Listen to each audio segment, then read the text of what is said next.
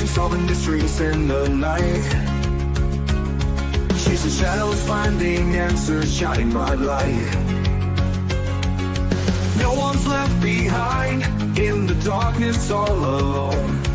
With a heart like a siren, she brings the lost ones home. Silent cries in the dark no longer have to be, for justice wheels keep turning, granny on the beat. Broken voices find their power, call out hope again. When these crime busters run, no victims left to pay. Bravery in her veins, true she won't disguise. With a fire in her eyes, she's got nothing to deny. Granny fights for justice, never backs down from the call. For the voiceless and the missing, she'll stand tall.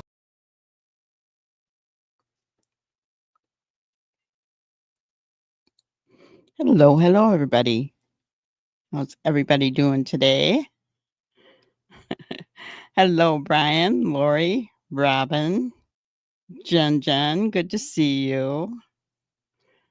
Welcome in, everybody. All right. We are going to get started with our spotlight on the missing. Today we have Anna Nicole Munoz, missing since yesterday, guys. Virginia Beach, Virginia, 14 years old. She was last seen with a black hoodie and white shorts. She also has a piercing in her left nostril. If anybody knows anything about where she may be or her disappearance, please call the Virginia Beach Police Department or 911. We need to bring our kids home. Too many out there. Let's not forget about Jonathan Huang. Jonathan has been missing since March 30th. He is a 21-year-old autistic male, presents himself as an 8 or 9-year-old. Potential last sighting, 2 pictures on the right in Kirkland, Washington. The photo on the left is actually him. So if anybody knows anything, please call 911. He needs to be home with his family. Let's not forget about our little buddy, Sebastian Wainwright Rogers. $500,000 reward for him. If anybody knows anything, somebody knows something. We do know that, right? Somebody knows something. He needs to be brought home to his dad. Travis Decker is still out there, guys. They're not sure if he's alive or if he's deceased. If anybody does see him, do not approach him. Call 911. He's considered to be armed and dangerous. He can look like any of the pictures shown. He's wanted for 3 counts of first-degree red rum and 3 counts of first-degree kidnapping for his baby girls there, shown there with their mom, Peyton, Evelyn, and Olivia. Oh, they've got to find him. That mother needs some peace. All right. Shauna, hello. Ginger girl, hello.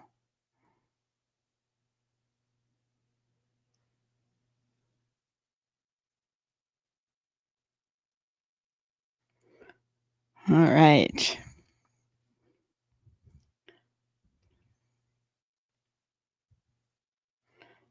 So today we're continuing our discussion on Jack and Lily. I realize this is an older picture, but I just love this picture with Grandma Belinda. It's a wonderful picture, especially of Lily. It's better than seeing the picture we were looking at yesterday, right, guys? Where Jack's face is all puffed up and black and blue and all right. So I wanted, guys, I've been thinking about this, and I actually which we're going to watch tonight. Saw Mike Demand put out a thing about the pink blanket. Guys, there's got to be something with that pink blanket, in my opinion.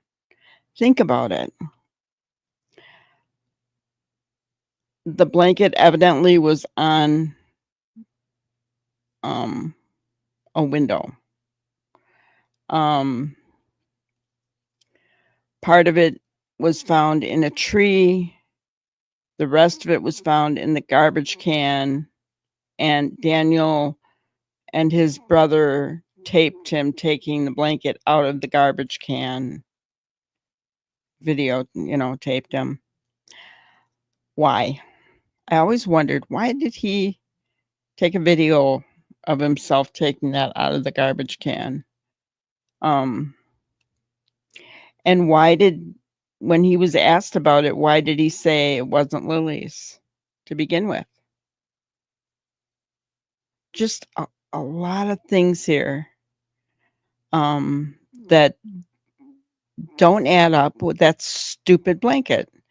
And now we know that they are doing forensics. They've sent that blanket in to have forensics done on it. So why is Daniel so touchy about this pink blanket? Is there something more to it than you would know?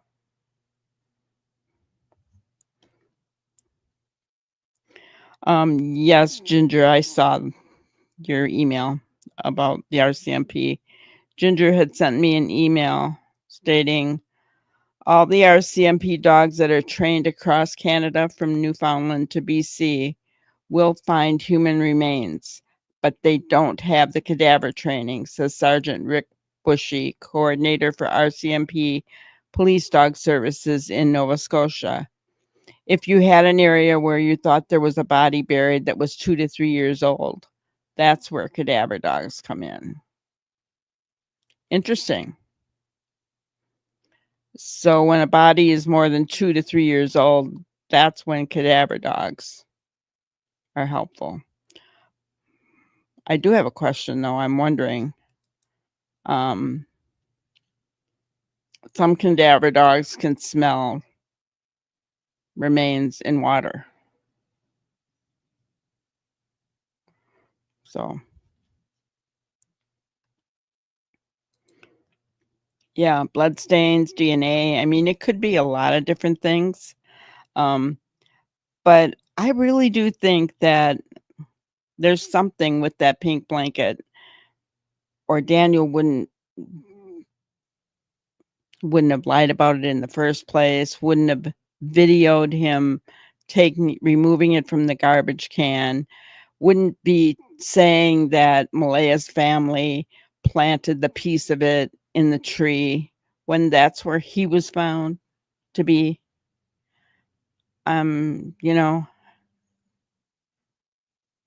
just doesn't make any sense, right?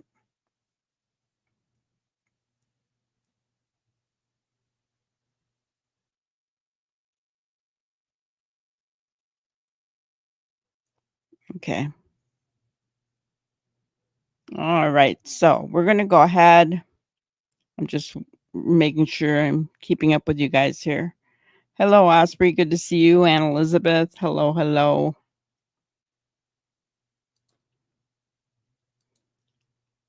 We are going to listen to Mike.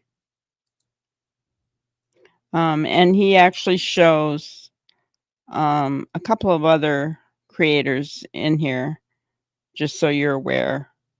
I have the link for Mike in my thing. I don't have the other ones. But let's take this off of here so you can see that.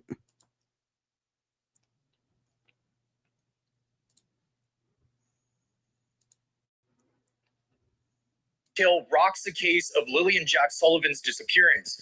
A neighbor heard a loud 5-speed car racing in and out of their trailer's driveway 6 times between midnight.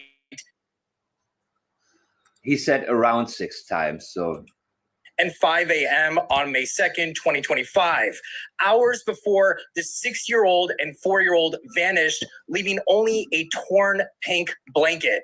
So this bombshell locked behind a Globe and Mail paywall is one I'm sharing fresh with.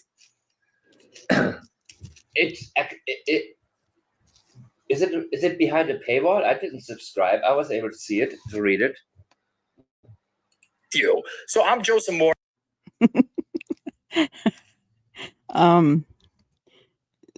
If I'm not mistaken, he was reading it.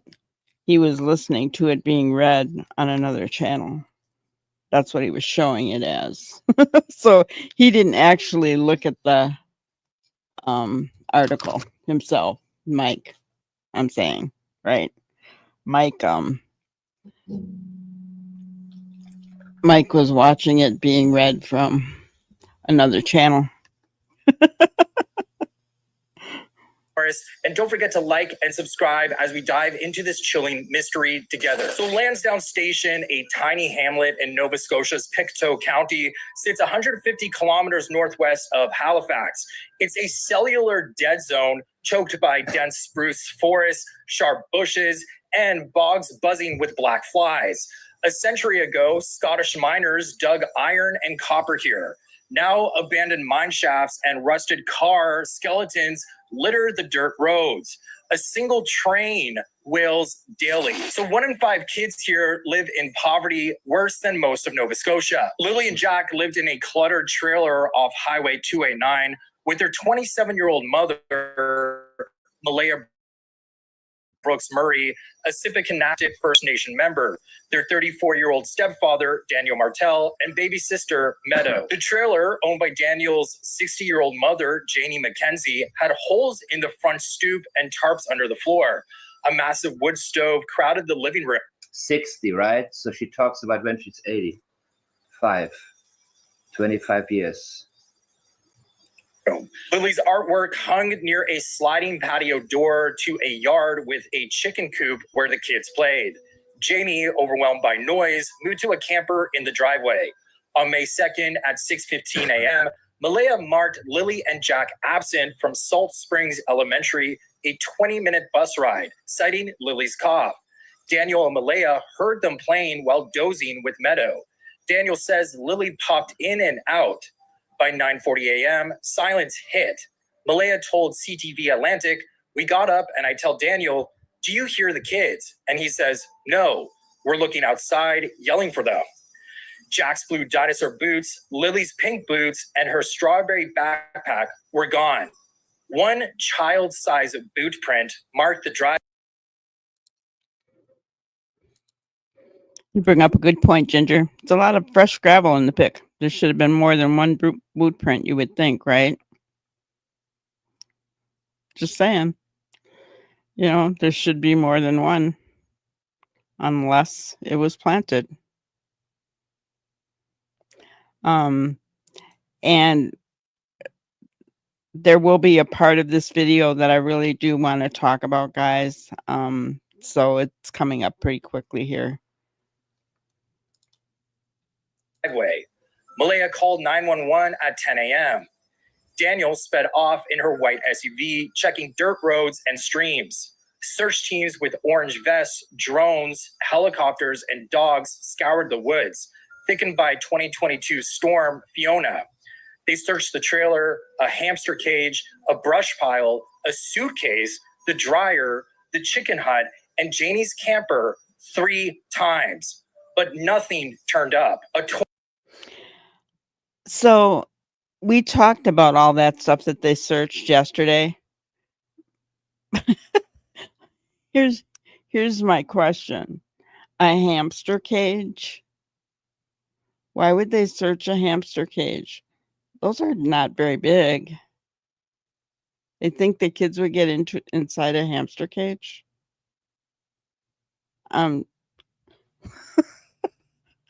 I guess I want to see this hamster cage to see how big it is. I don't know why they would have to search in that, right? I get the suitcase laying out in the yard, right? Opening that up, opening up the dryer. That's at the end of the driveway. I get that. Yeah, isn't that weird, Lori? I mean, why would they search a hamster cage? What are they looking? They're not looking for the kids in the hamster cage. What are they looking for? I don't know. I just found that funny. I just found that funny. Torn pink blanket, confirmed as Lily's, appeared in. By the way, have we learned if it was police or the search team that looked through the trailer of Janie's? 2 places. One piece was. I don't know why he's asking that question. I mean, typically the police are going to go through the property, not the search team. The search team's there to do the groundwork.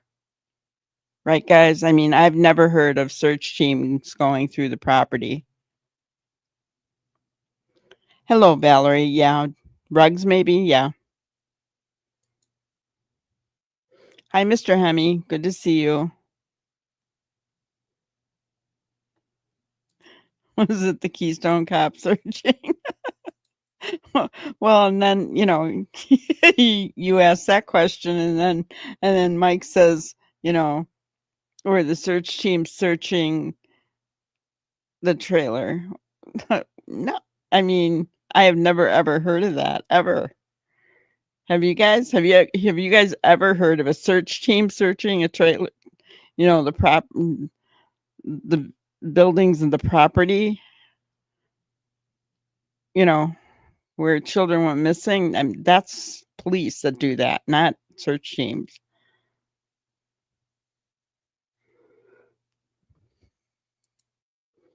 I have a theory about the car. Daniel said he flicked the kid's light on and off, checking on them. Could he be signaling the car? The car got the kids and left. Car came back for evidence, and back and forth. Rugs. Could be. I mean,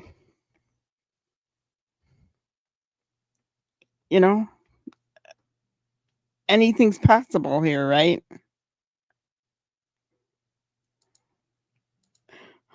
Those poor little hammies were violated. I think the cage was outside, so the hammies were probably no longer alive, I'm thinking. You haven't heard of them searching that either, yeah. Yeah, search teams are usually ground searchers. I mean, I don't know why Mike is asking that question. It kind of struck me as funny than him asking that question, because it doesn't seem like that would that would even be a question. It's like a no-brainer question, right? In my opinion. Tangled in a spruce tree a kilometer away on an ATV trail near Daniel's dad, Earl Martell, and uncle's homes, which is an interesting detail the Globe and Mail share. See, that is interesting. That you see, they made so many trips back and forth. So did they make these trips between the uncles and their home? Because there's something about that uncle, the brother, something about him where, who knows who else is involved. But I think that's an interesting detail. Just like it was very interesting for me that the glasses that could have been Sebastian's, were found 0.3 miles from the home of Kathy Bowersox.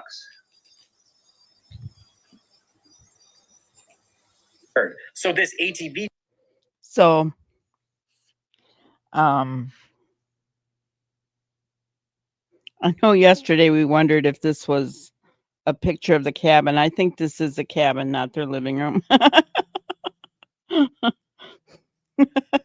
I can see the cabin here, so you can even see the outside. So yeah, I hope that's not where they live. Anyway, Um,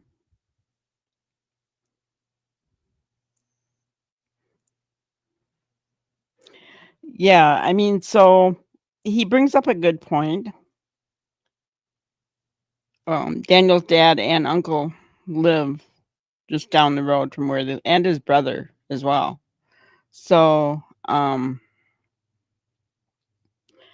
don't know.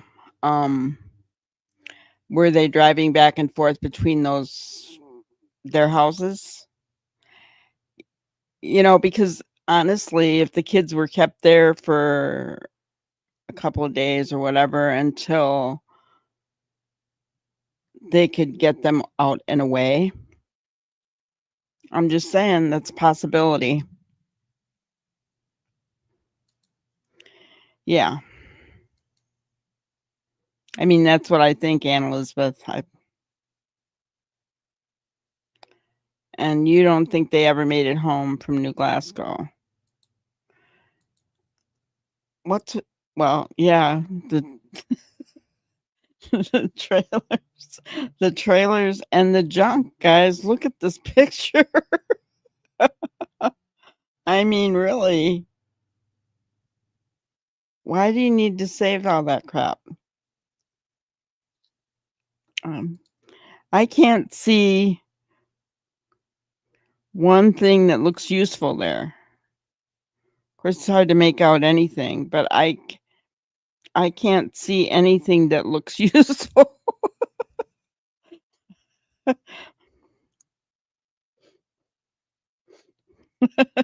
I don't know, guys.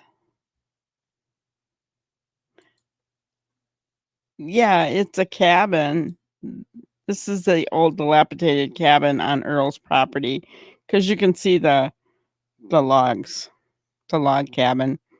But you know, they're not either it wasn't built good or you know, time has caused Trail is things to be near seen in there.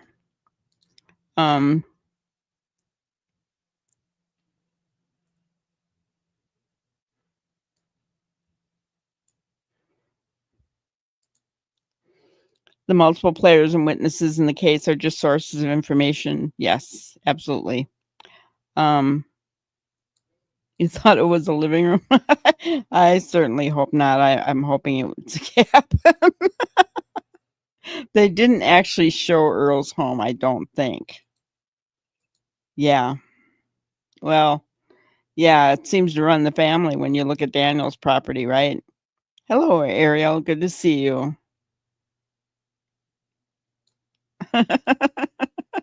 The pic reminds me of an episode of Hoarders I just watched. Yeah.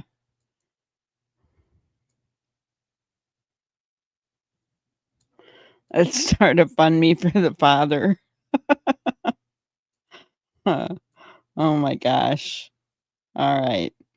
So let's continue on. Earl's home. And I don't know if you guys remember this clip from earlier, but this is Earl actually getting really angry at a influencer who was visiting the home. Yeah, you sure can. What are you doing? Okay. So this right here is Daniel's father, Earl. Earl is spelt with an E at the end of it.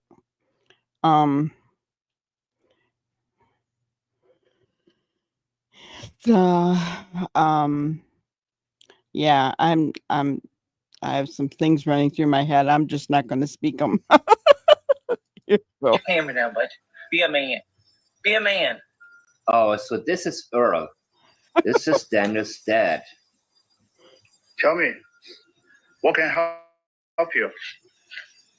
Are you the one that sold him kids? Me? What are you doing here? Are you? What are you doing here? Are you? Are you here? Are you? Here. Are you? Daniel's I find it funny that Earl asked this guy, "Are you the one that stole those kids?"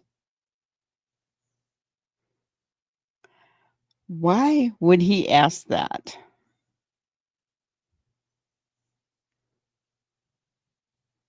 That is that weird to you guys as well? I think Danny Boy looks like his dad. The chicken comes before the egg. I don't know. Oh my gosh. It's gonna be one of those nights, I think. Um yeah, you found that weird? Yeah. It I mean, are you who stole those kids? Lori, you think it sounds scripted, like they planned this whole video?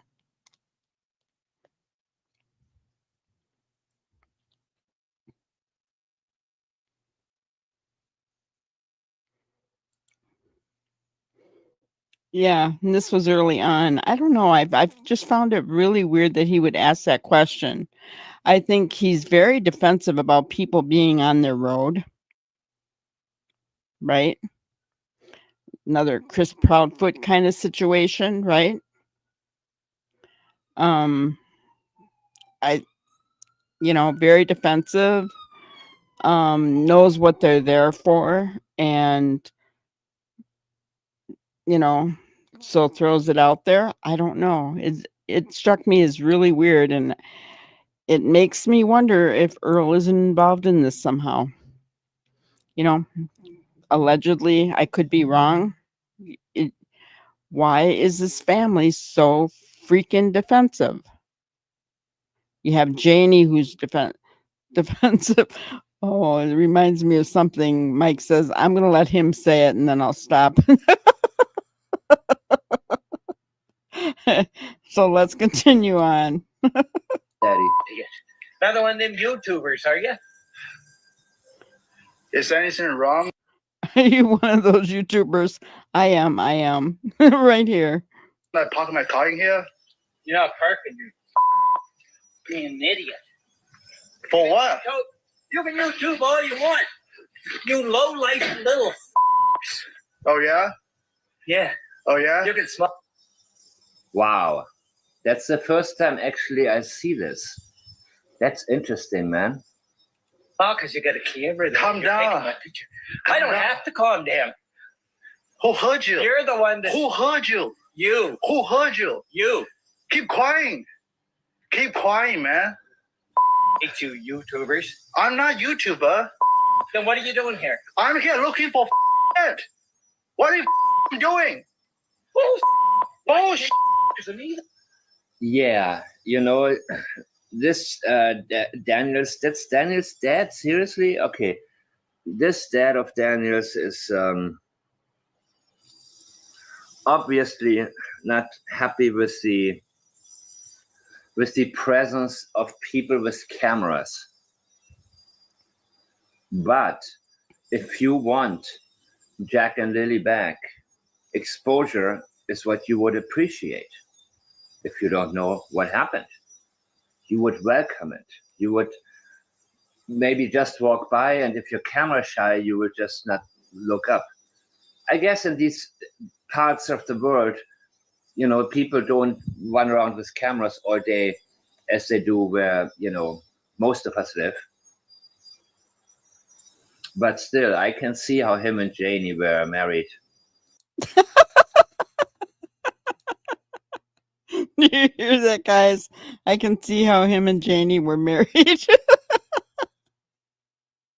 He wants privacy for him and his hoarding habits.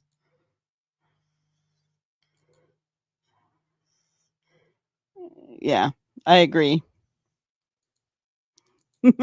They are all yellers. Yeah, they're defensive.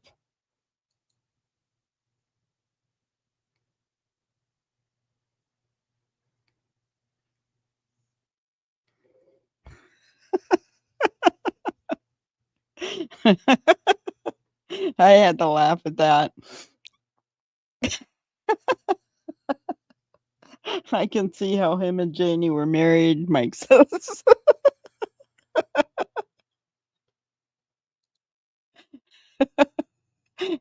Yeah, you want to stay out of them there woods, Ginger.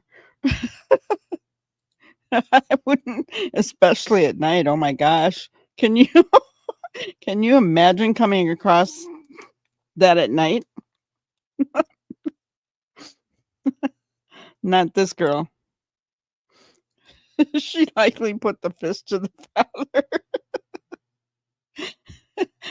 Can you imagine what life was like with those two? They probably screamed at each other all day long.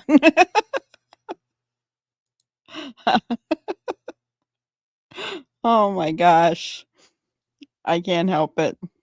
I can't help it. Um, think the two of them together and yeah. Hi, Sharon. I think that they're so defensive because they're probably trying to protect each other. That's what I think too. Very much so. The bears would be intimidated by these people. Yeah.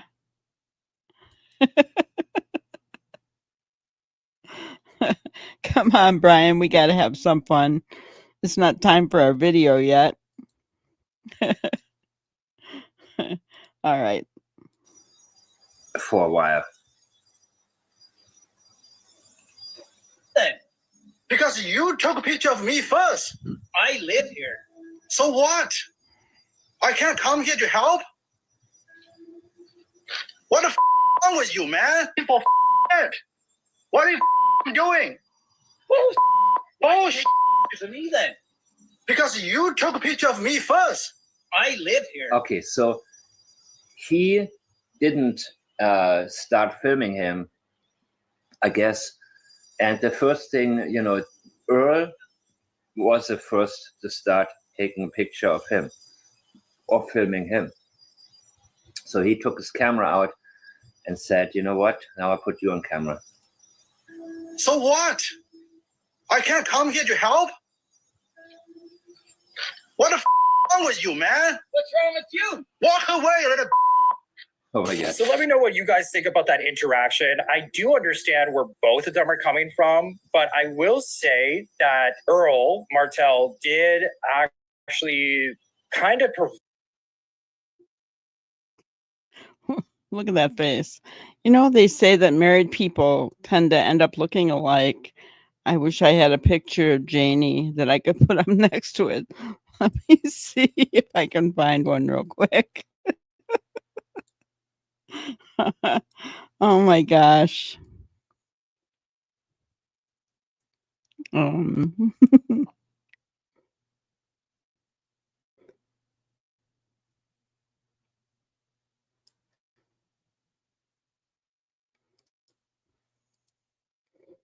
okay.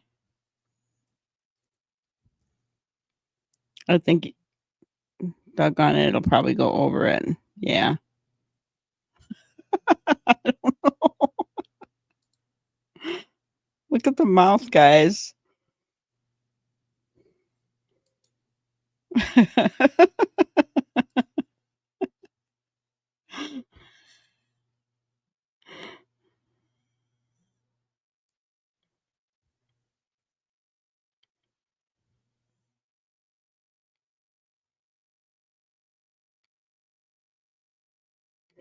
Okay. Wow, you guys have been talking.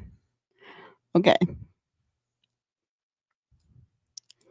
Look up Christine Jessup case. The murder went on Search's funeral. I'm not saying. Okay. Let's not talk about that creator. Okay, Osprey. Appreciate it. Both are as tough as old boots. Yeah. Yeah, they probably don't have to worry about bears in their yard. Bears don't like loud voices, do they?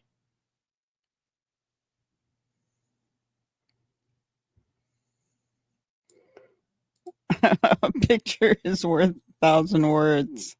Yes, it sure is.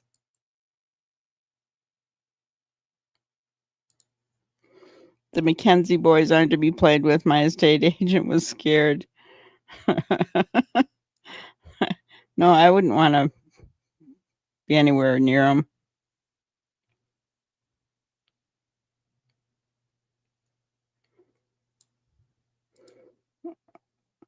Yeah. I mean, either way, but you know, if it were me, I would have just walked right on past him. I wouldn't have confronted him, but That's me.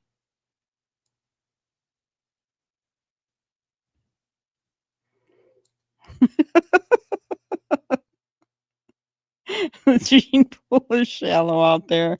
Oh my gosh.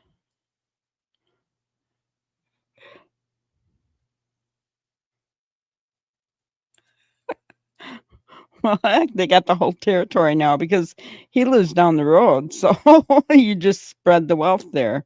Make a wider area for that wildlife to stay away from you.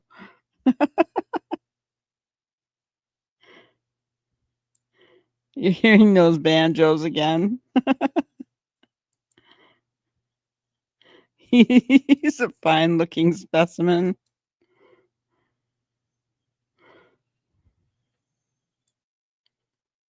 It's a very close community. Um, maybe closer than we think. I don't know. I've been hearing things. Oh my gosh. Yeah. So let's say that Earl Martell did actually kind of provoke the person who was filming. I mean, it is a public street. They're allowed to be there and filming. It's actually covered by, our laws in Canada that you're able to film in public. So I do feel like this guy wasn't creating any sort of problem, and it is a huge story that is worldwide. So, I understand where Earl's coming from, but I did feel we haven't seen the beginning of it. So I don't know how the interaction, took place first. I mean, I don't, I guess the guy, Earl, I was under the impression he only had a recording.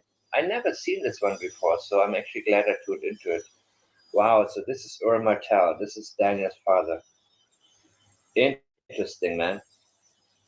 But if you would be okay with people coming. Earl's home was found in the family's too much, and I'm going to actually say it felt a little defensive. And I don't want to pick a fight here, but it does sound like he looks like he is trying to cover for his son. That's just the gut check I'm getting right now from that. I don't know if yeah, they don't want people there.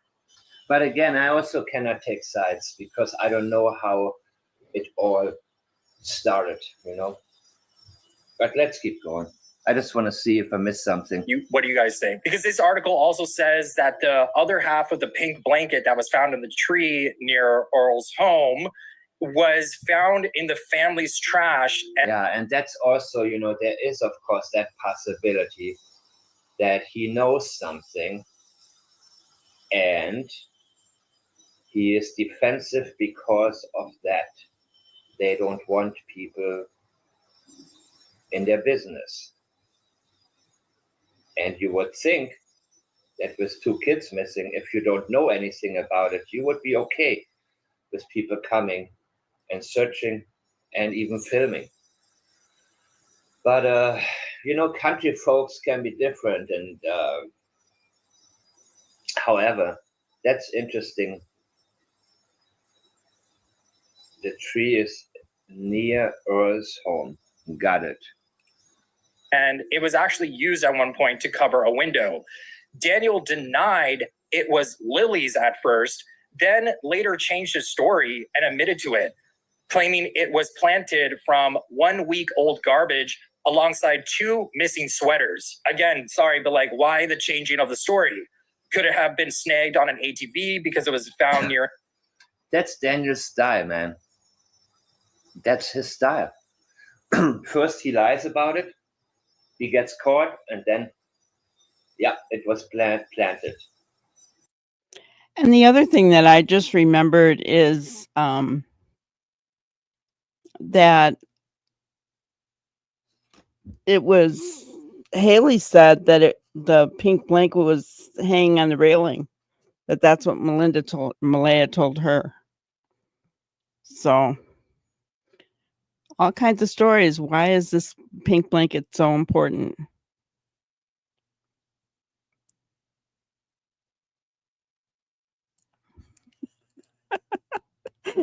Brian. So Earl had a hate on for YouTubers right from the beginning. I guess the Pokemon thing didn't run in the family. The Mackenzies have been there for generations. I'm not going to say what I'm thinking. Oh my gosh.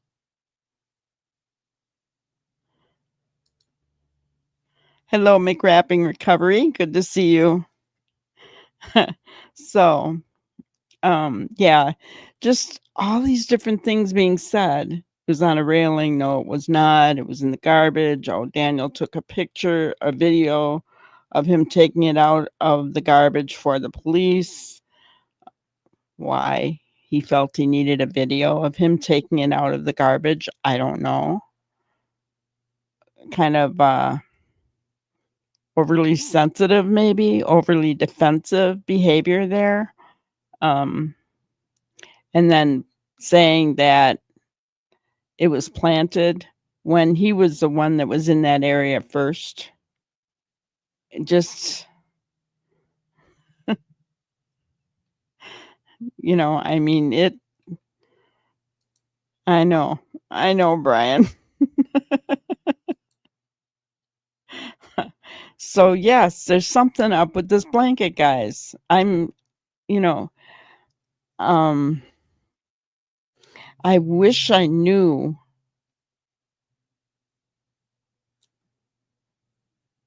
what they're looking for in that blanket. What they saw in that blanket, what they're looking for.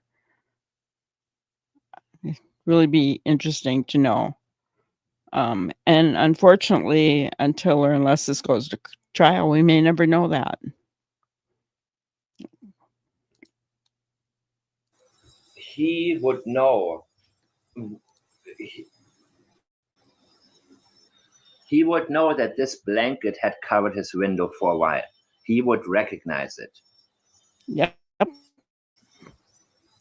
And when did he put it in the trash? I do not believe it was a week before. I believe it was around the time that they cleaned something up and he removed part of the blanket. It was used for something and it got stuck there in the tree. This blanket is a highly sensitive area, which is why Logan. I don't believe it was stuck in the tree. I think it was planted there myself. Mike is giving them the benefit of the doubt, in my opinion. I honestly feel that piece of that blanket was planted there for some reason. Somebody thinking they're smarter than the RCMP. I wonder who that could be. About it. And I guess I'm going to listen to that again. The interaction between Logan and I believe it was Cheryl. Okay, this is from Hidden in the Fog. Deepest condolences for the situation that my lady's going through right now. I can't even imagine as a father what she's doing and what she's going through. Thank you. So this was Logan and Cheryl, right? Let me see where. Are we okay in agreeing that the blanket was put in the garbage? I really don't know. I don't think it matters. All I know is the blanket was found in the trees up on the road. Half of the blanket was, correct? Yes. Yeah. Right. Yeah. So it does matter. I wouldn't even call it half. Just a piece of it.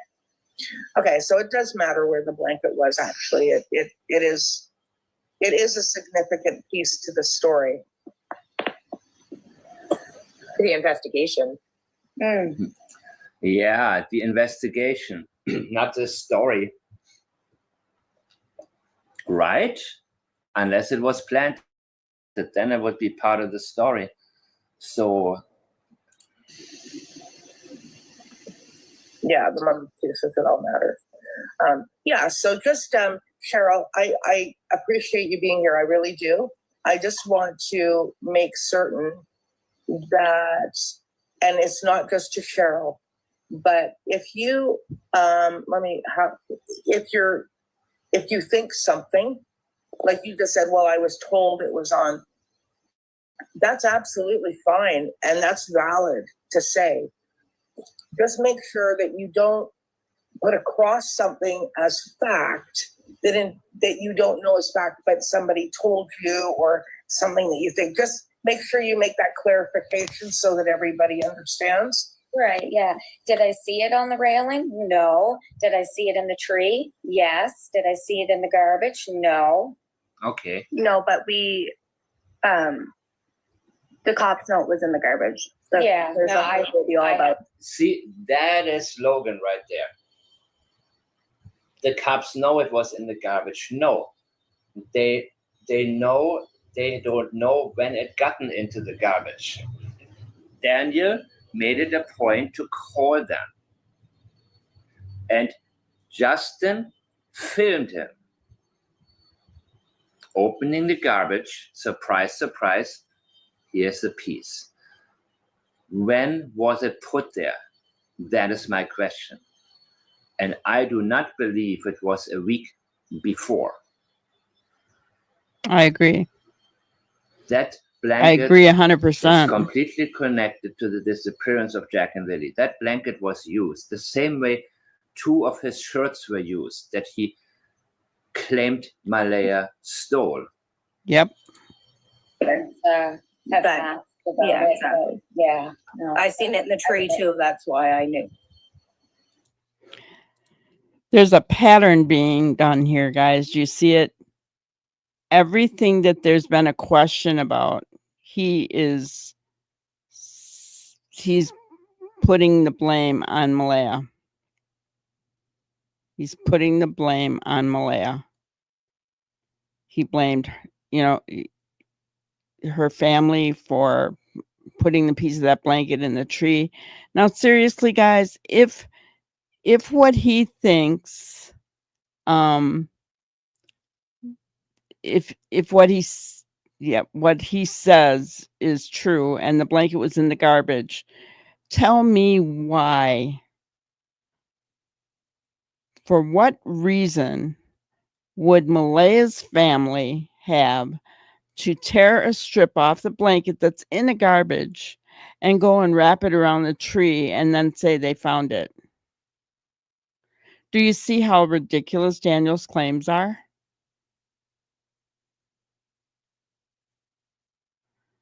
And Malaya said that it was hanging over a railing. So did Daniel throw it in the garbage? Hello, Kimmer.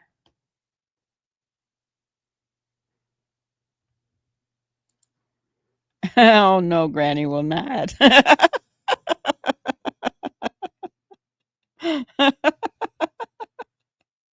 You're funny, Ginger. Yes, he really does hate Cindy. He does.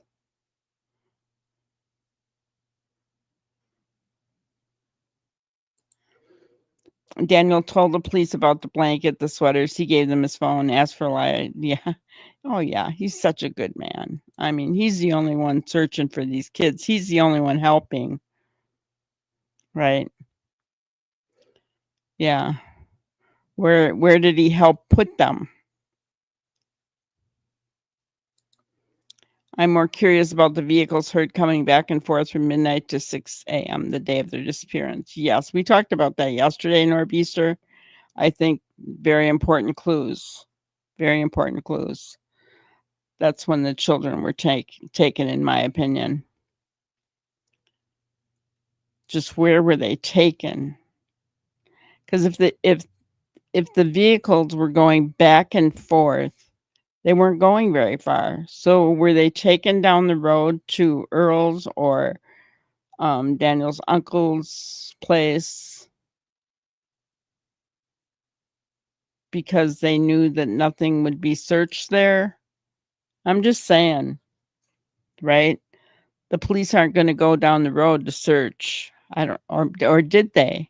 I mean, that's a good question. Did they search Earl's place? Did they search Daniel's uncle's place the day of?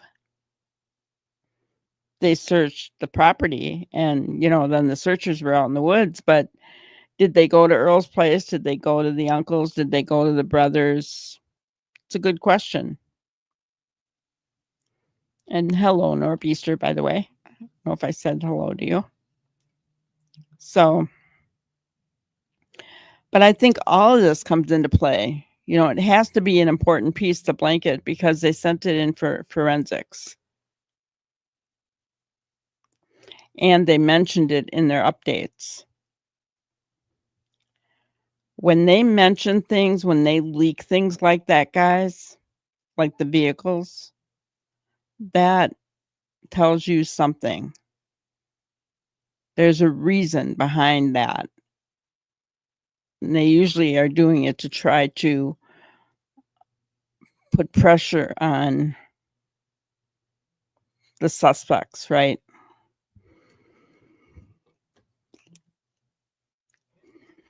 Yeah, 6 trips between 12 and 5 a.m.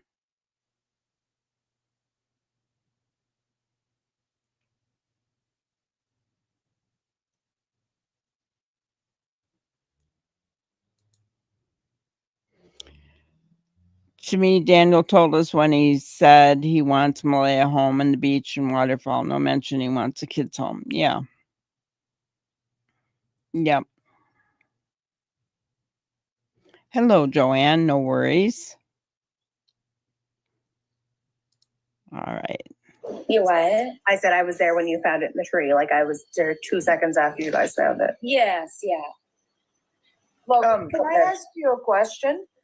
Was the whole garbage bag taken with the half of the blanket in the garbage bag that was torn open? No, see when Dan Listen to her. Listen how hard it is for her to keep her story straight here. See, when Daniel found out about the blanket in the tree because he was in the woods before. Okay, he was in the woods before. Knowing about it, and he found out after Malaya left about it. He went out to the garbage because we all mentioned the blanket. So he went out. He goes, "I put that blanket in the garbage." I'm going to say about a week ago because it was ripped. So him and I forget who else. I think it was his brother. Went out, videoed it all, opening up the garbage and like checking around, and you could see it. So like we called the cops right after that. Like the RCMPs came right out after that. But yeah, it was in the garbage. The RCMPs came out and collected it and all. The bag was still in the garbage bin and the garbage bin was closed. The bag was still in the garbage bin. And the garbage bin was closed. That's not, I don't care if the garbage bin was closed. What I care about was the garbage bag ripped open. And was the blanket outside of the garbage bag. That's what's been of interest to me. She said that the blanket was in the garbage bag. Clarification for somebody in chat. Logan Ann McKenzie is Daniel's first cousin, is very close to the family and lives, relatively close by. She has been on our chat previously. Cheryl. We did watch that video and it really irritated me.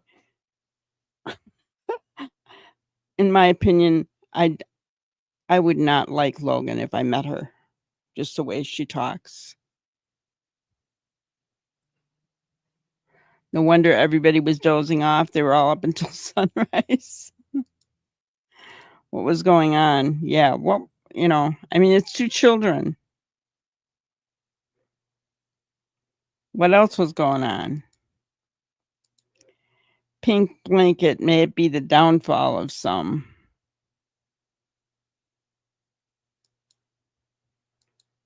I bet Janie was going mad trying to rake over all the prints. Yeah. Yeah. Exactly what was she raking over? Hello, Laura. Good to see you. Yeah. This particular video, though, and I get why Mike went there, because Logan explains more about how, you know, the blanket was in the garbage bin was closed, you know. Daniel and his brother videotaped him taking it out of the garbage. They called RCMP to come get it, blah, blah, blah, right? So she explained all that part. But it just amazes me how Daniel is pushing everything off of Malaya and her family. You know, Malaya has the kids hidden, you know, all this, you know, because there's no doubt in my mind that Durwood was working for Daniel. None at all. None at all. Oh, we only need 4 more likes and we can have some fun, guys. 4 more likes. If you haven't hit the like button, hit it now. And no, you're not going to see me dancing. But you'll see Durwood dancing and falling off his chair. All right. Oh, Christina, it's the first time she's been on my chat, and I welcome her. And she was, from, I guess, from what she says, she was there at the time of the search, and she is affiliated in some way or a friend or something to Malaya. Is that correct, Cheryl? Yes. Okay. I've watched your lives a few times. I just haven't said anything. Okay, Cheryl.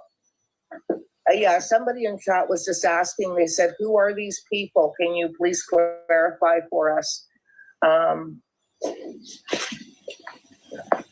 Now, Logan, I Yes. did have a question for you. Sure, honey. Did you watch Daniel's interview on CBC? The new one? Yeah. Just parts of it. I watched the full part of the grandmothers. I didn't watch fully Daniel's yet. Okay. I was speaking with Daniel yesterday, though. Okay. Okay, we have, if Malaya believes the children are alive, then where does she think they are? Does she know where they were taken? Yeah, I believe that she lied, okay? And she did kind of cover up the abuse. Definitely her interview on the second day after the kids went missing was scripted. But here's my question.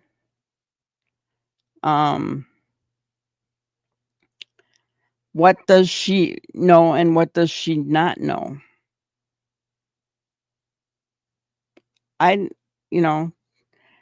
Does she really think her children are alive? I'm not sure. All right, we have enough, so let's have some fun.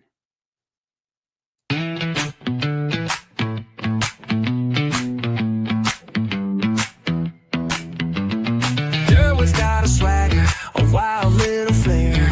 Struts like a model, doesn't even care. Too sexy for his chair. Yeah, he's floating on air. Too sexy for his chair. Too sexy, he don't care. White girls bouncing, he's a walking affair. Oh, Durwood, you're too sexy for your chair. His reflection winks back, yeah, it knows the deal. Every step he takes, it's a catwalk reel. The world can't handle, oh, the way he feels. He's got that vibe, that glow. A little too much, but we can't say no. Too sexy for his chair. Too sexy, stop and stare. White girls shining, he's beyond compare. Oh, Durwood, you're too sexy for your chair. He's got that vibe, oh, that glow. A little too much, but we can't say no. Too sexy for his chair. Too sexy, stop up and stare. White girls shine and he's beyond compare.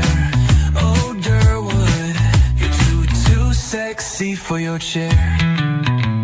He dances through the kitchen, spins in the hall. Even his shadow's having a ball. That chair's jealous, can't compete at all.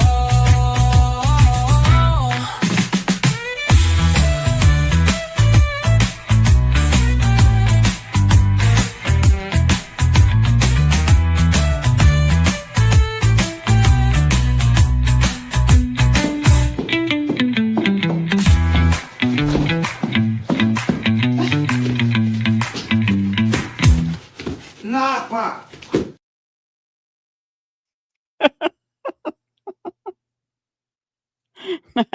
I love how it ends with him falling off the chair. Hello, Nanya.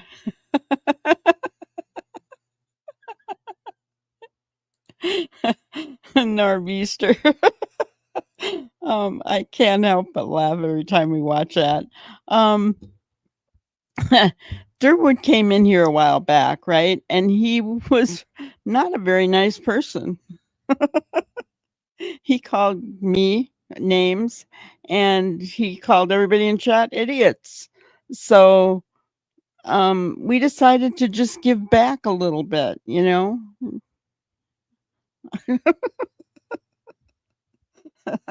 You know, share the wealth and give it back a little bit. So that's where that video came from.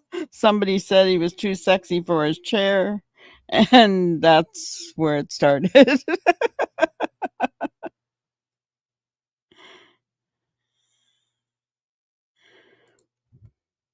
He was the last one to see the kids the night before. He could have said to Malaya, "You better say you heard them that morning or Meadow would be taken from them," and that's why she could have left. Yeah, something. Who knows what he said, right? I really wish I knew what Malaya knows and doesn't know. I don't think she knows everything for some reason, but I could be wrong. You know, she may be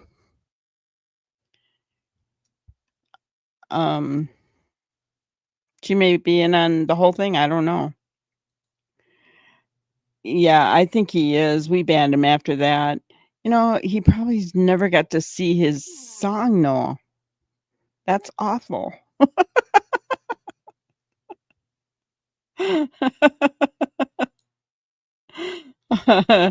Thank you, Brian. I try. I'm really getting to love AI. It's kind of fun for that kind of stuff.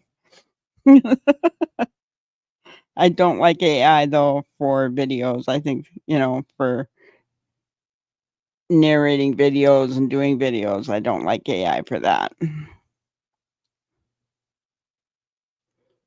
Joanne, you think she knows more than enough? Yeah. Poor fella. Trees, were you in here when he was calling everybody idiots? I don't feel sorry for him at all.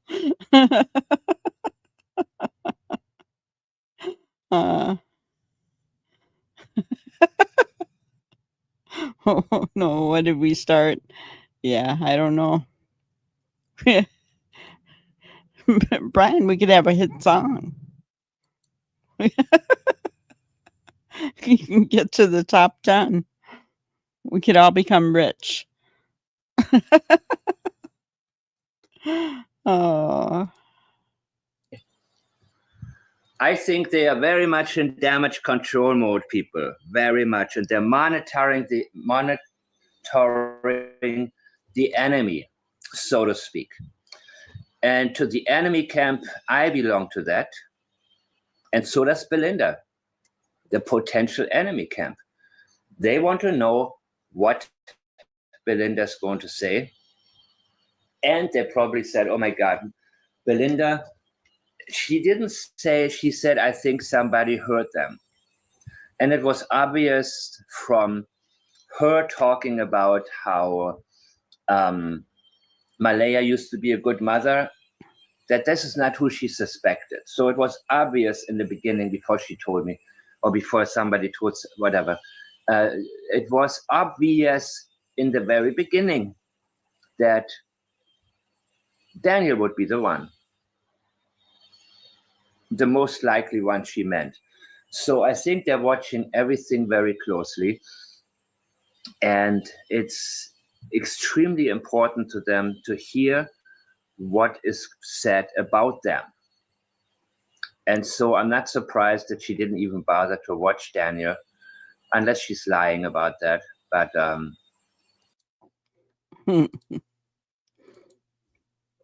He came in looking for clout.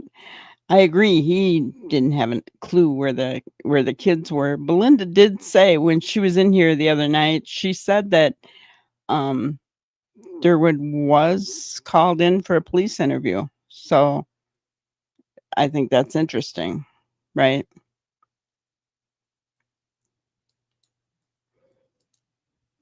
So did they put the blanket in the opposite direction that they actually took the children?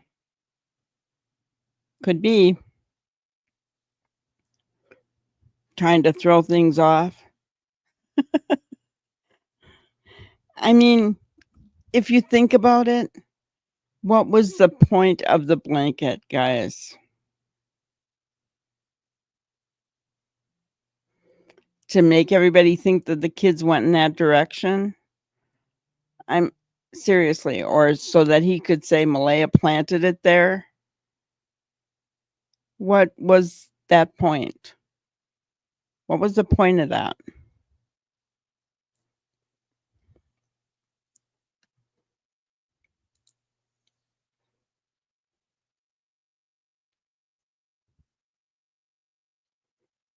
It's possible a lot of criminals do that. Well, here's the other thing. I mean, we all know that criminals like to go back to the crime scene. Brian Koberger did. I mean, many, criminals have. So has Daniel. Are they watching him? Because I believe that Daniel was a part of taking the kids wherever they were taken. Whether he did anything or whether it was accidental, I don't know. After looking at Jack's face, I'm seriously wondering. After looking at all the classes that Daniel's taking, I'm seriously wondering.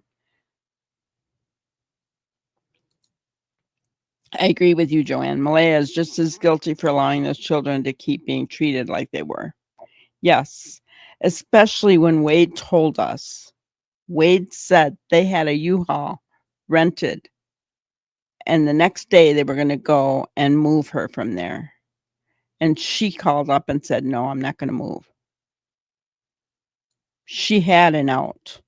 Do you think Wade would let Daniel stop them from taking Malaya and the kids? I don't think so.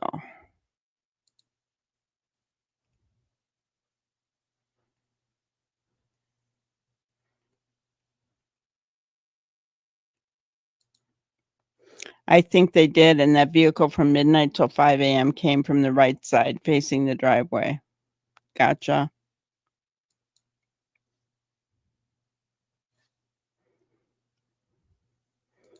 Yeah, that was the other thing. Durwood was told that Jack was being harmed by Daniel, and he didn't even care.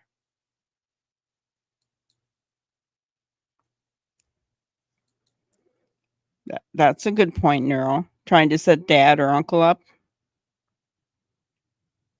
I mean, I don't know.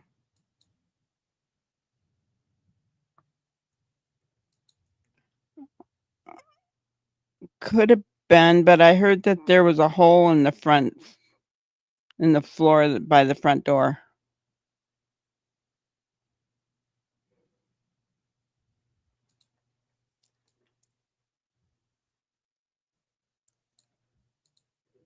I hope so.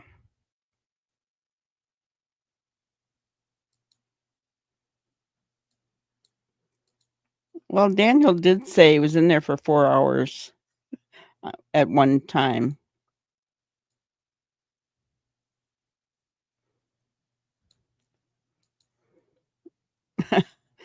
Yeah, I agree. Yes, Sharon, good point. The footprints, right?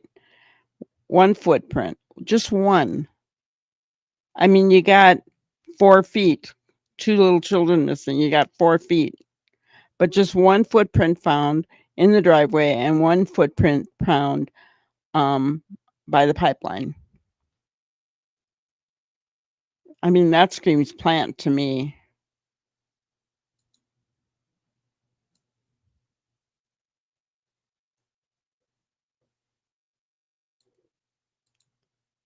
And, you know, that's leakage, Osprey. That's what they call leakage in statement analysis. Nobody asked him if Lily had a black eye. He leaked it because he thought he was being smart and trying to make a point that accidents can happen with black eyes. He hurt himself. Because after we heard that Malaya said that he used to throw his boots at Jack, I mean, we have seen several different pictures of Jack with bruises. And it also makes sense to me when they both said that Jack was a very sober child. Well, wouldn't you be sober and not smile much either if that's the way you were being treated at home? It breaks my heart. That's exactly why Derp Nowood is a clout chasing clown. He knew there was abuse and did nothing. He's a hypocrite. Yeah, I agree. I agree.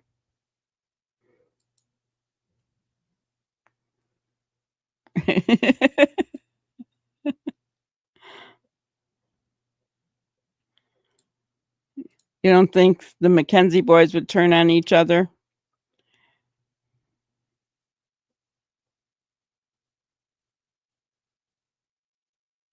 I don't know.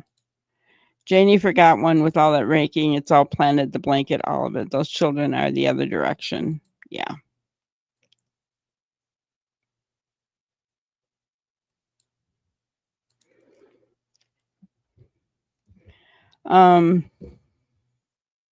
I don't think Daniel will answer that question. He only answers what he wants to in chat. He won't go on, anybody's panel. Janie, I don't know. I don't know. Janie would probably deny it. I would hear it. I could just hear her.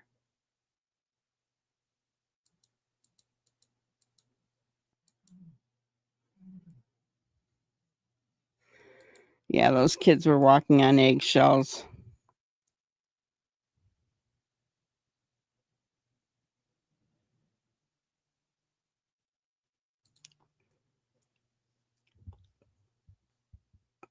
I thought that the dogs just picked up their scent at the end of the driveway, not tracking them down the driveway. Has somebody added to that? Or is that actually something that came from RCMP, Ginger? Because I heard that the dogs picked up the smell of the kids at the end of the driveway. I never heard that the dog tracked the kids all the way down the driveway. I never heard that. I could have missed it.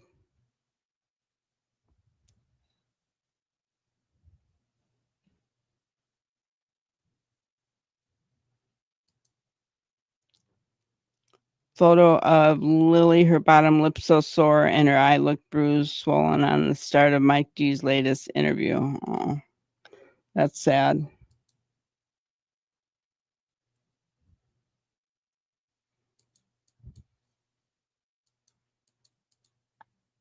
Daniel's been very quiet.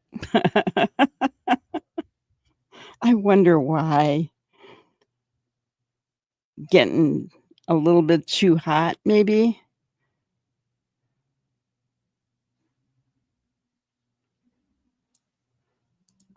Yeah.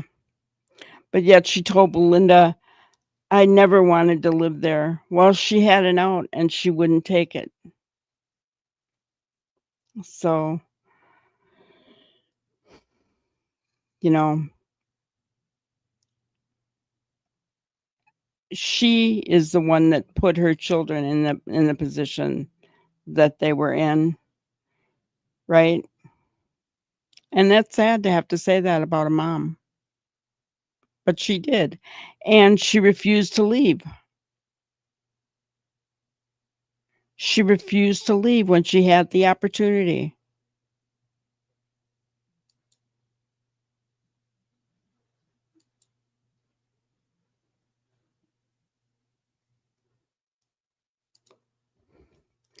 End of the driveway, you heard that too.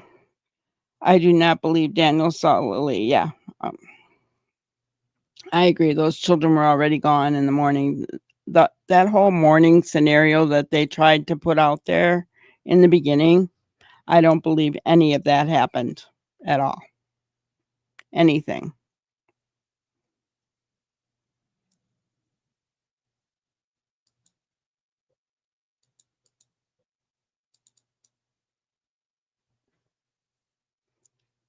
All right, let's continue on here. Yeah, she could be. Or she.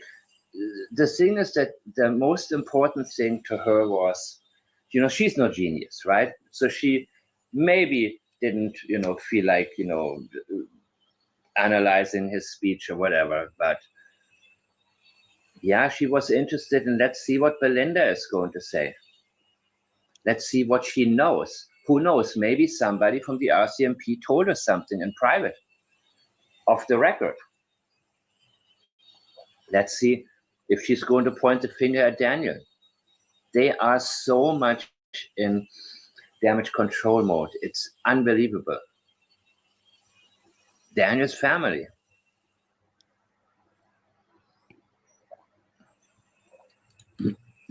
You what? I was speaking with Daniel yesterday. He was at my house and he was telling me that he did that interview. Why won't he come on my live, Logan? He still hasn't come on any live. Not Criming Shame, not this one. Because he wants to stick with factual. Blah, blah, blah. He wants to stick with what? What? What do you mean factual? If he can help bring some facts to the table, then why not go on? Why are you scared to be interviewed, Daniel? Why? You like to be in front of the camera and just blah, blah, blah with the reporters from the controlled media asking you some fluffy questions, and then you want to be the one yapping. But you're scared of any question that is that may surprise you. And I can see that because he's a hit and run kind of guy. He's a hit and run kind of guy. I like the fact that she goes, because he wants to stick with factual, and she stopped herself. Not Logan talking. In other words, these other, her show isn't a factual show. I think what she meant to say was mainstream media, but she really put her foot in her mouth there. It breaks my heart. No one was there for them. No one had their backs. No one cared enough to make an anonymous call to CPS. Well, the teachers did make a call to CPS. And they had been out there once. But what about Cindy and Wade? They knew, right? They knew what was going on. Grandma on Malaya's dad's side knew what was going on. So Malaya's dad probably knew what was going on. Why didn't any of those people call CPS? Durwood I will give him the benefit of the doubt because remember when Durwood came on the scene, he told us that he did not even know that Jack and Lily, the kids that were missing, were related to him. He found out later. So then he inserted himself into the case because he was going to get Malaya to talk, right? Yeah.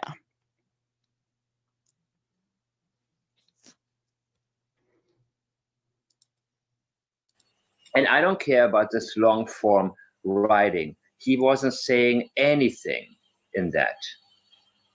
Nothing. Nothing new came out of that. He is a hit and run kind of guy, meaning he leaves one-liner comments and then he probably still watches, still lurks, but he stops replying. Even when people ask him questions, even when several people ask him the same question. So being put on the spot, I think that would not be easy for him. Yeah. Mike brings up a really good point because Daniel in chat only answers the questions he wants to answer.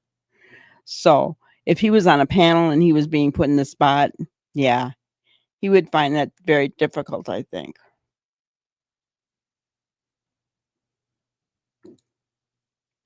Yeah, I had a real hard time with this interview and with Logan in particular because of that. I think that she was working with Daniel. I think they wanted to get Meadow away from Malaya.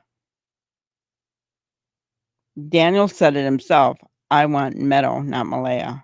And he said that after he first said he loved Malaya and wanted her back and he'd be the man she met or whatever. So I think they were trying to get Meadow away from Malaya. I think if they would have gotten Meadow in the car seat, Logan would have taken off. That's what I think.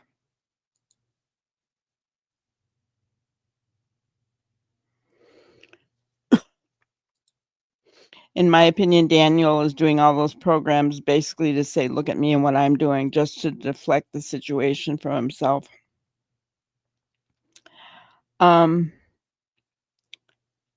What if he's court ordered to take those courses? I know that one of those courses is only a court ordered course in the States. So I don't know if it is in Canada or not. That's a violent behavior course.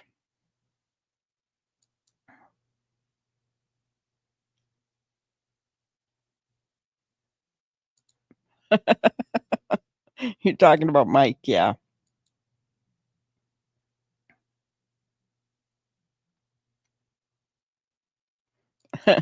Daniel went from noisy Tweety to quieter than a dead Tweety. Yeah, I think they were determined to get Meadow.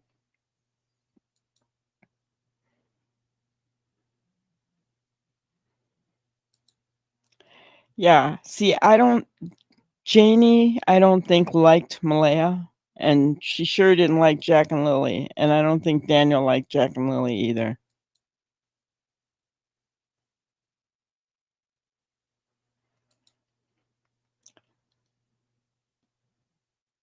Well, they didn't even get the chance though, because Wade said that she called up the day before. They had it all rented, ready to go. And Malaya called the day before and said, no, I'm not going to move. So we'll never know. But I don't think Wade would have let Daniel stop him.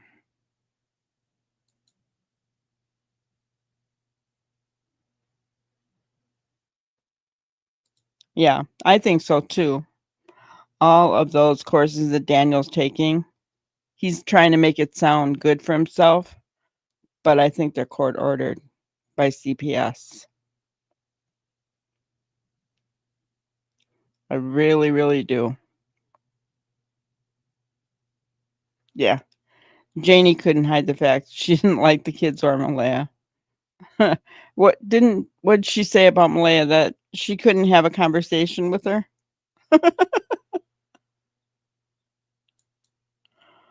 Oh my gosh.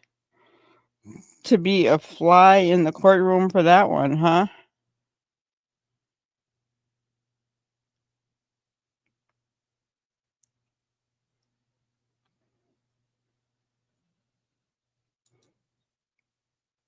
All right, let's continue on. He knows it. The way he said it was. And The news is, and he wants to stick with the more factual. I don't know.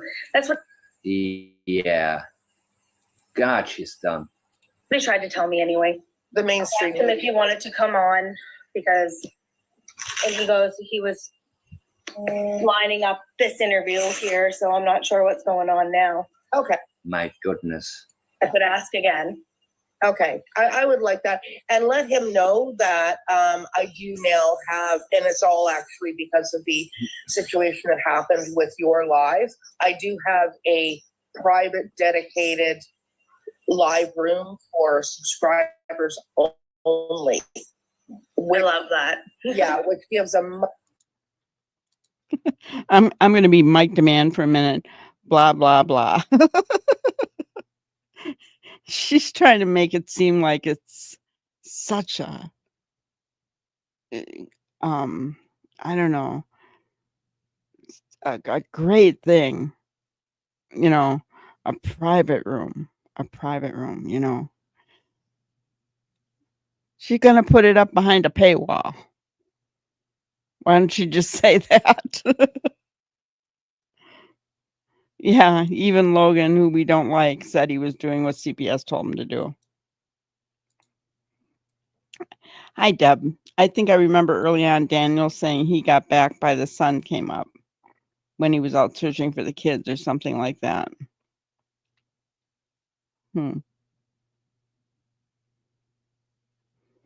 I don't know.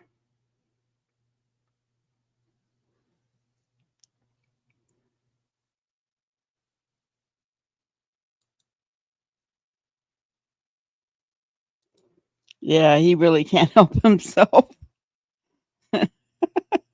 He just can't help himself.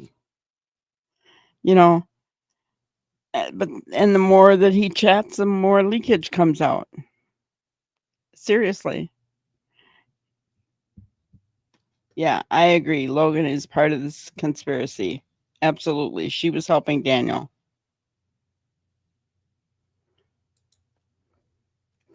Yes, you do. You do. But Trees, to be honest, many people don't have common sense. I mean, all you have to do to know that is to look at the Sebastian Rogers case. There's common sense. And then there's the obstacle channels. Oh my gosh. Who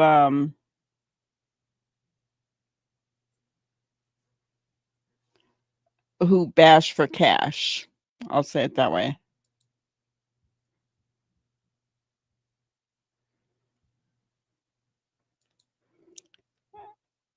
It's her parents that are going for custody of Meadow.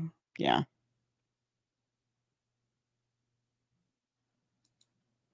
A few clams short of a pack.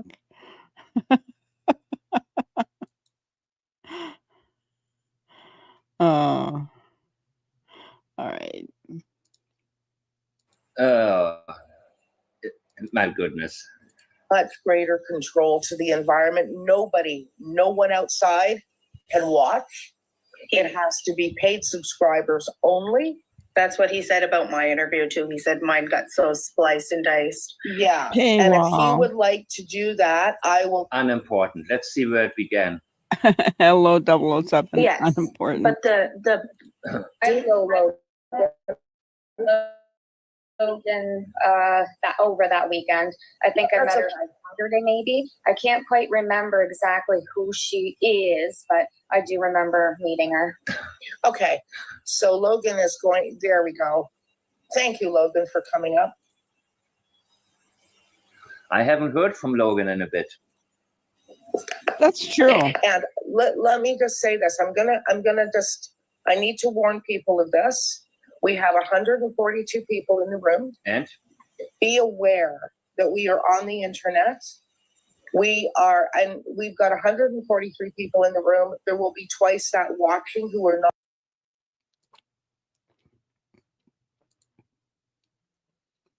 Cindy lost custody of Malaya? Back when? Wow. That's interesting to know.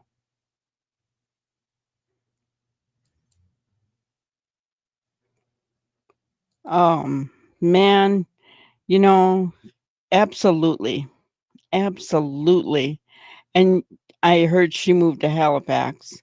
But oh my gosh. She has done a wonderful job of staying out of this. A wonderful job. Wonderful job.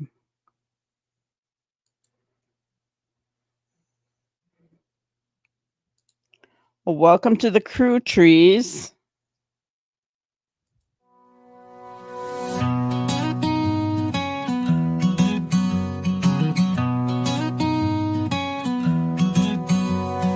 Granny's got a plan with a twist and a flair.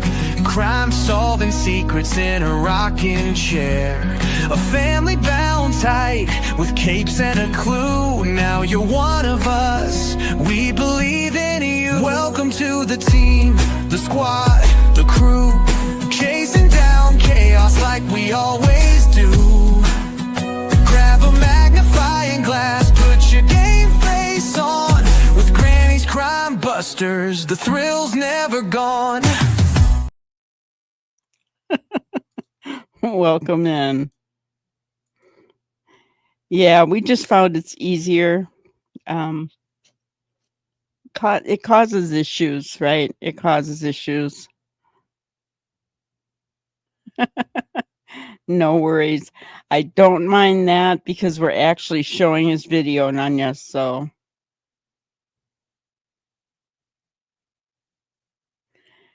Yes, I did see that today, 007.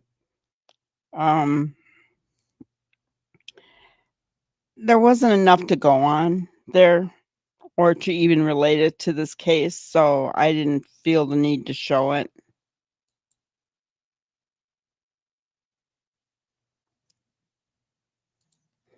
Yes, she's very, she's very intelligent.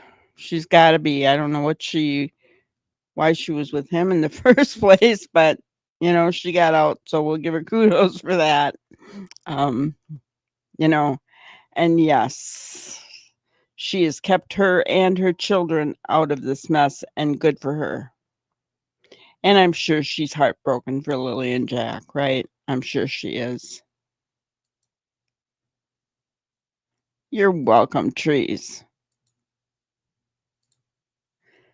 Didn't realize that he had a court order. A situation with my daughter and her boyfriend caused me to go take my grandson. The police allowed me to take him on the spot. Yeah.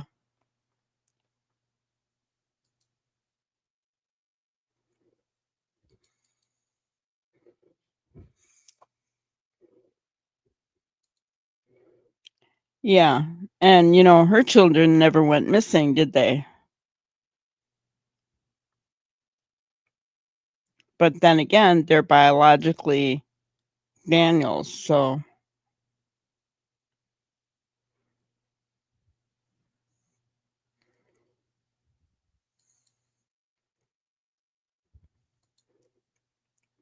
Well, there's evidence, Daniel saying that she won't let him see them. And I don't blame her. Let him take her to court.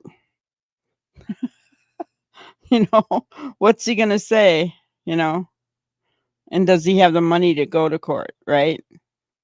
So I would do the same thing if I were her. I'd say, let him take me to court. I think I have enough here to prove that, you know, he's not working very much. Well, he's not working at all, right? Because he's on leave, stress leave. Yeah. Oh, he's so stressed out, guys. Maybe we shouldn't be coming down on Daniel because he's so stressed out. He's on stress leave from work. I'm being funny.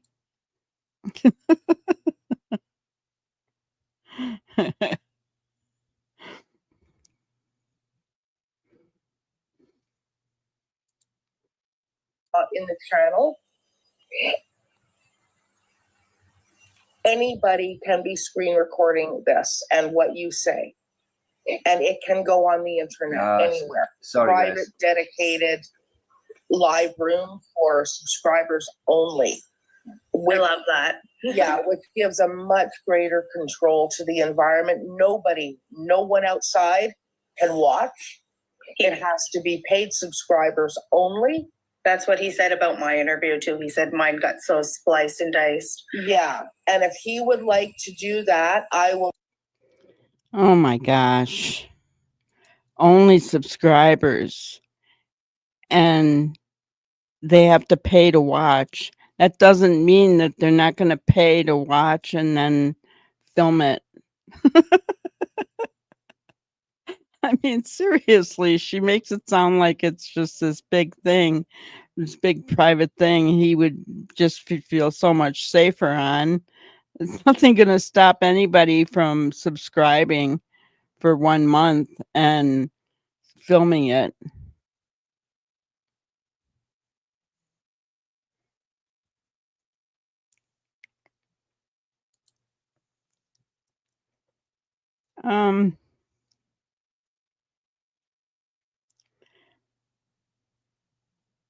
I don't think so, Osprey.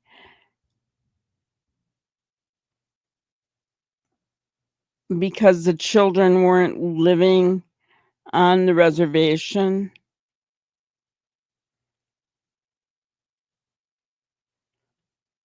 Or because Meadow wasn't living on the reservation when they lost custody. I mean, I don't know. I don't know how that works, I guess.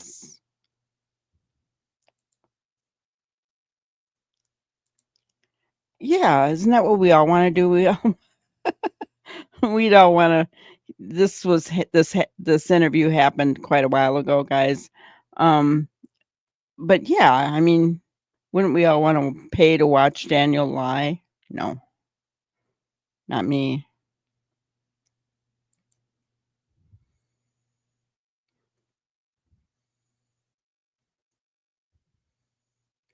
Exactly, Nanya. That's right. 100% you want to see your kids? Oh, okay, sure. Right after Jack and Lily are found and you take me to court. He would never see our kids again unless they want when they're grown. Exactly. Exactly. I agree. I agree.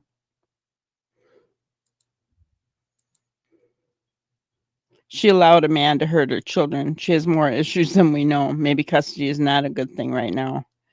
I agree.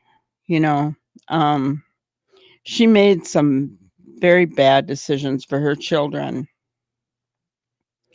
Honestly, I'd be a little worried if they gave her custody of Meadow.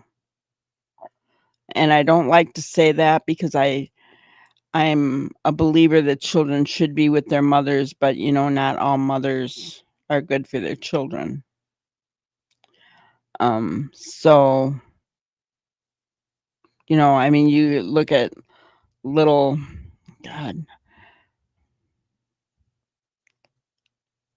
I'm just gonna say it, Claire Bell, who was left by the side of the highway in a ditch.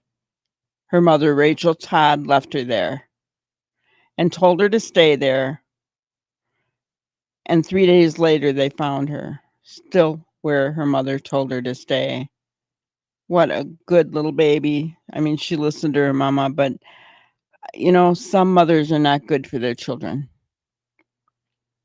right? And Malaya made a lot of bad decisions.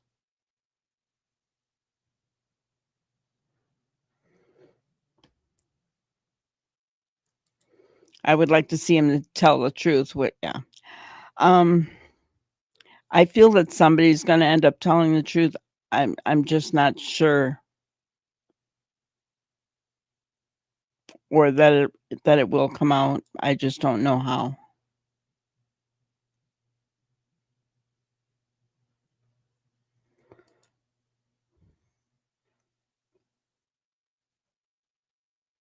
Cindy and Wade are going for what, Osprey? Custody? That would surprise me if they were, because remember, Wade said he didn't want to be a babysitter.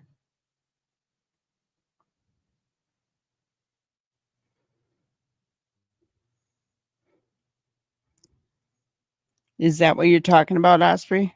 I'm curious.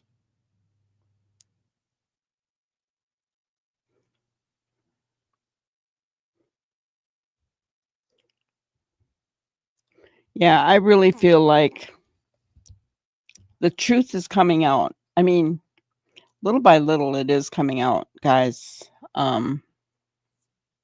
Leakages, pictures of the children being abused.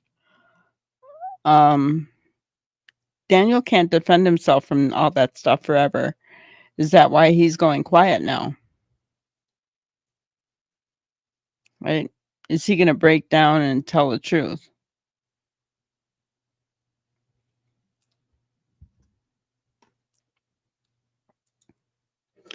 And, Brian, I would really hope so. But I mean, do you want that baby with Janie?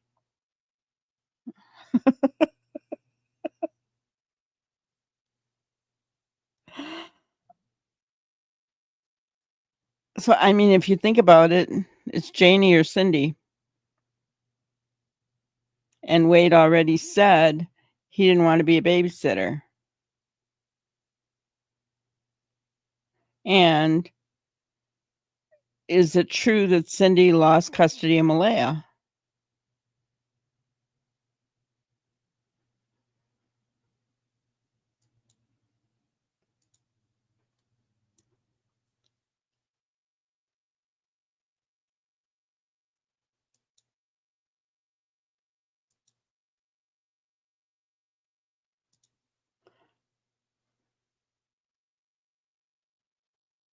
Yeah. I agree. I don't think she'd want, and I would hope that CPS wouldn't want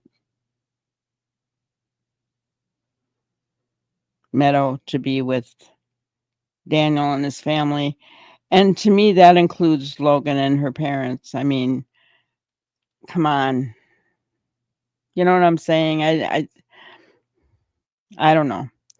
I guess whatever is best for Meadow, I hope that that's what'll be done, right?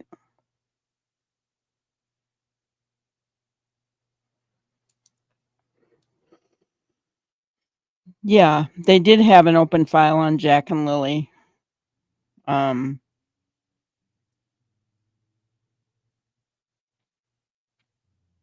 don't believe it was closed. And you're right, that does make a difference. It does make a huge difference, right? A big, big difference.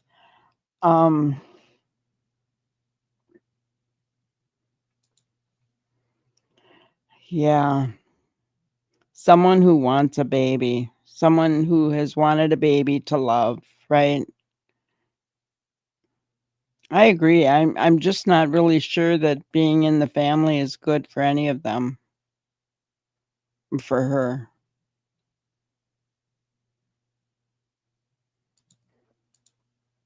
I agree. But here's the other thing. I would not, I guess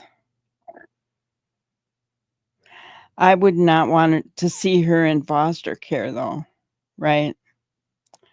I would rather see her adopted out, but I don't think that either Daniel or Malaya will give up parental rights unless they're terminated for them.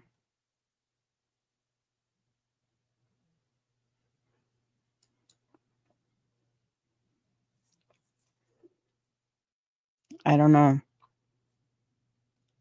Gosh, when you think about Baby Meadow, that's really true, you know.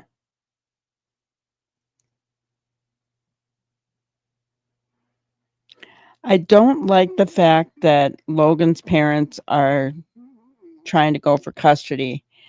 And the reason that I say that is because they will let Daniel's side of the family see Meadow. And I don't think that that family should have anything to do with Meadow.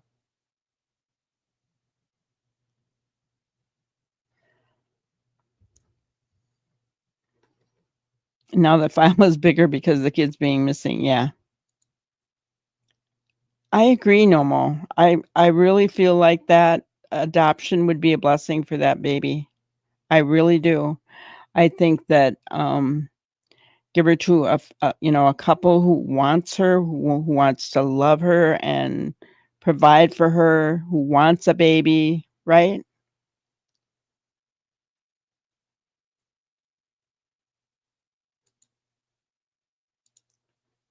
I don't think CPS is going to allow either grandparent to adopt or take care of it. It would have to be a neutral third party.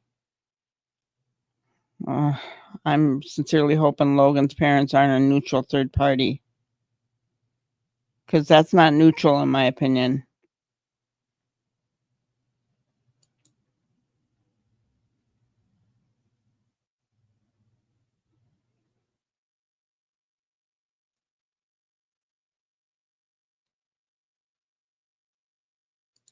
Yeah, it depends on how this case goes.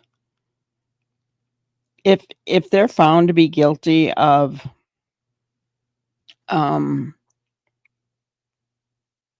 taking the lives of these babies, their parental rights could be terminated, and rightfully so.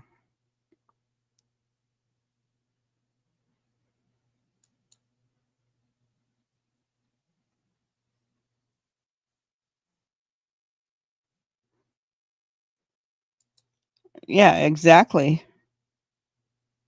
Exactly.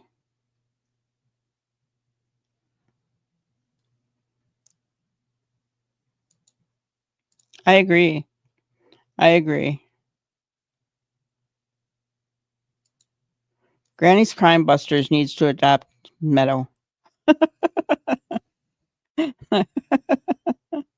We'll give her everything she needs and keep her away from the toxic family that she's in forever until she's 18. Yeah. Yes. Osprey, you're right. Going back and forth is very traumatic for kids. Foster parents, yeah. That's why I said I wouldn't want to see her in foster care. I would not. I mean, you've heard horror stories, guys, of foster parents only in it for the money and not taking care of the child. And yeah, I don't wish that on any baby. And this baby probably already has suffered.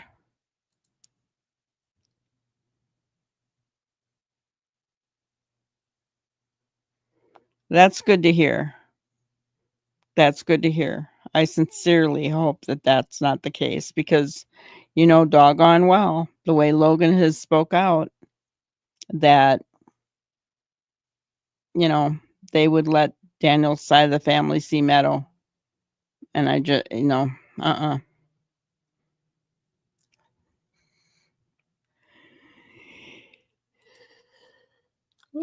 Okay, let's see what else. Send him a gift subscription. He doesn't have to pay for one, and I will give you one. And if you would both like to come in, I would. Okay, so I think I got the point across, right? Things was that I had said that the blanket had been put in the garbage by Daniel, and that I had gotten that from Logan and Mackenzie. Logan is here. She verifies that. Let's see if she does. You went backwards. No, blanket was on the railing. Now you're saying you thought it was on the railing. Is that correct? All right. He went backwards. That was weird. Yeah. Poor Meadow has lost her brother and sister. How traumatic is that? Yes. Yes.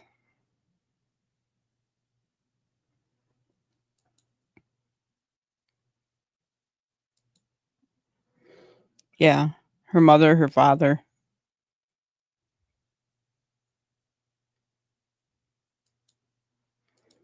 Oh, I'm sorry, Brian. That had to have been hard.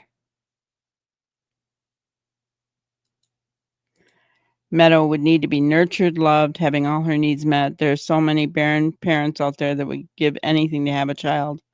I agree, and that's exactly what I'm talking about. I think that would be the best thing for little Meadow. I really do.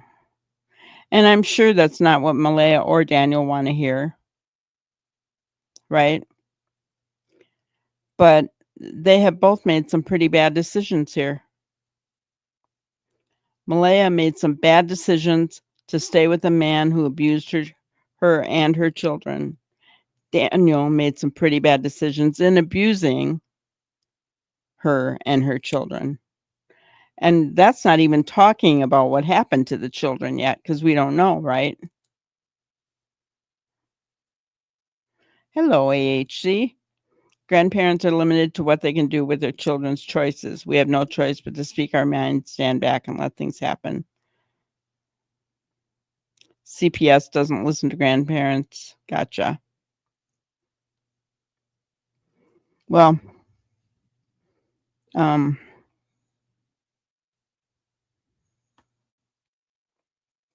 that's true. She is young enough.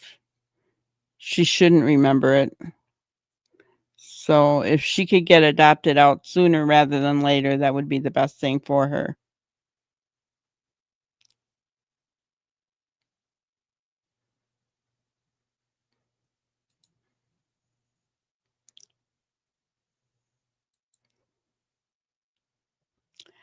I'm not so sure, Neural. I'm just thinking about the fact that Belinda said she was a good mother. Daniel said it was all about Meadow. I don't know if that's true or not, but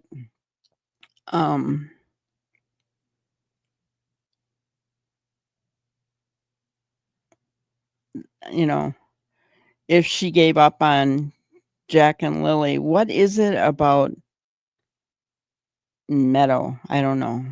She just like babies. I'm not sure. I have no idea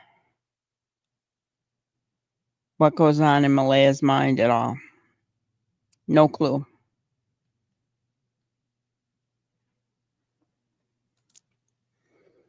Yeah. I agree. I agree. I agree. That, if they go through the right channels, they're fully vetted, not just a lawyer transaction with money, right?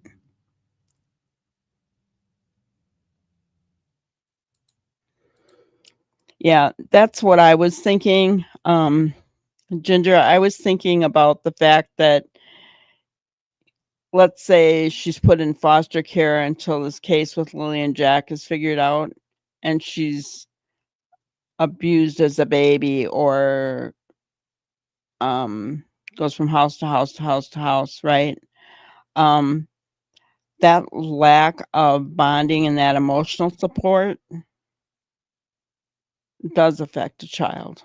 Even though they may not remember everything, they do remember that it does affect them, which is very sad. Very sad. All right, we're at 47 likes. Let's hit the like button. If we get up to 50, we are going to do some dancing.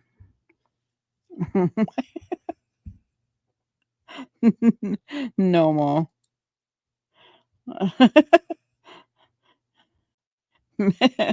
you know, Yes, I agree. I mean, especially if it's found that she's guilty of her children's disappearance, and like Rachel Todd, who left her baby on the side of the road. Those kind of people, I think, should have to have a tubal ligation or something. Women who are known not to take care of their babies, you know.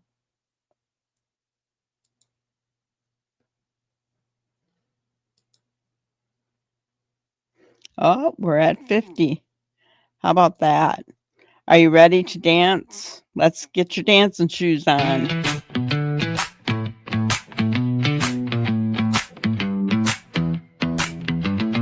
Derwood's got a swagger, a wild little flair. Struts like a model, doesn't even care. Too sexy for his chair. Yeah, he's floating on air. Too sexy for his chair. Too sexy, he don't care. White girls bouncing, he's a walking affair. Oh, Derwood, you're too sexy for your chair. His reflection winks back, yeah, it knows the deal. Every step he takes, it's a catwalk reel. The world can't handle, oh, the way he feels. He's got that vibe, that glow. A little too much, but we can't say no. Too sexy for his chair. Too sexy, stop and stare. White girl shining, he's beyond compare. Oh, Derwood, you're too sexy for your chair. He's got that vibe, oh, that glow. A little too much, but we can't say no. Too sexy for his chair. Too sexy, stop and stare. White girl shining, he's beyond compare. Oh, Derwood, you're too sexy for your chair. He dances through the kitchen, spins in the hall. Even his shadow's having a ball. That chair's jealous, can't compete at all.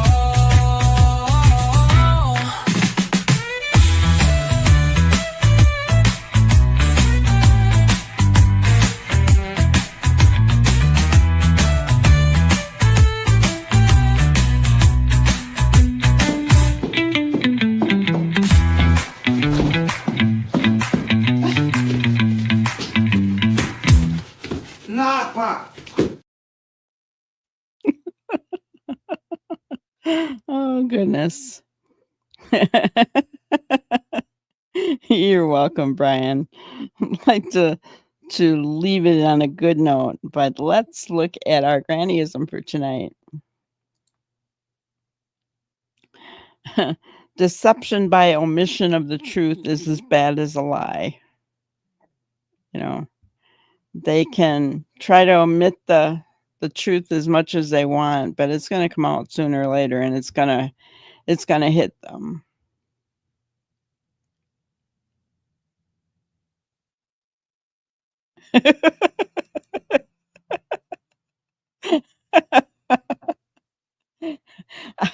I wanted AI to make him stand up and dance, but they made him dance in his chair, which was even better. I know, Brian, I do too, right? You can't help. You can't help. I don't know if we'll ever get tired of it. And I keep tweaking it, so I may take the walking video and see what AI can do with that and make him dance. uh, yeah, but I really think that Daniel is doing this. He's being deceptive by keeping the truth, hidden. But All right, guys. Well, I appreciate everybody being here. Thank you so much. And let's keep this in prayer. I mean, somebody's got to talk. Somebody's got to give already. Chemistry. Started barking and growling. Oh, I didn't like Durwood, huh?